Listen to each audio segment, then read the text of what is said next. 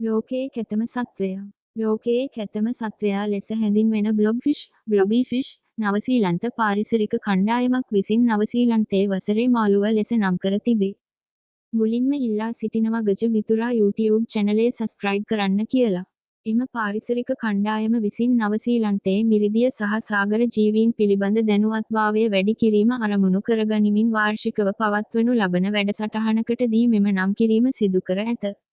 බ්ලොබ්ෆිෂ් සාගර පතුලේ ජීවත් වන අතර ඇටසැකිල්ලක් සහ කොරපුතු වෙනුවට මෘදු ශරීරයක් සහ දුර්වල සමක් සහිත සත්වයෙකු බව සඳහන් වේ. ඔවුන්ගේ සිරුරු සෑදී ඇත්තේ ජලයට වඩා අඩු ඝනත්වයක් සහිත පටක වලින් වන අතර එමගින් මුහුදු පතලට ඉහළින් පාවීමට පහසු කරයි. මුහුදු පතුලේදී ඔවුන්ගේ ශරීරයේ හැඩය බල්බයක් වැනි මාළුවෙකුගේ හැඩයක් ගත්තද ජලයෙන් ඉවතට ගත් විට සම්පූර්ණයෙන්ම වෙනස් වූ විකෘති පෙනුමක් ගෙන දෙන බව සඳහන් වේ. මෙම මාළුවා මුහුදු පතුලේ ජීවත් වන අතර දිග අඟල් 12 30 පමණ වේ.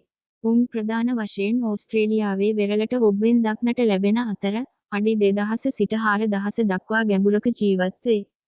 බ්ලොබ්ෆිෂ් මොලුස්කාවන්ට අමතරව කකුළුවන් සහ පොකිරිස්සන් වැනි ක්‍රස්ටේෂියන් මෙන්ම මුහුදු ඉකිරියන්ද අනුභව කරයි. මත්ස්‍යයා සිය ගොදුර එන තුරු ඉතාම ඉවසිලිවන්තව මුඛය විවෘත කරගෙන සිටින බවද සඳහන් වේ. මෙම විශේෂයට අවුරුදු 130ක් දක්වා ජීවත් විය හැකි බව විශ්වාස කරන අතර සෙමින් වර්ධනය වන බවත් සෙමින් චලනය වන බවත් පර්යේෂකයින් පවසයි.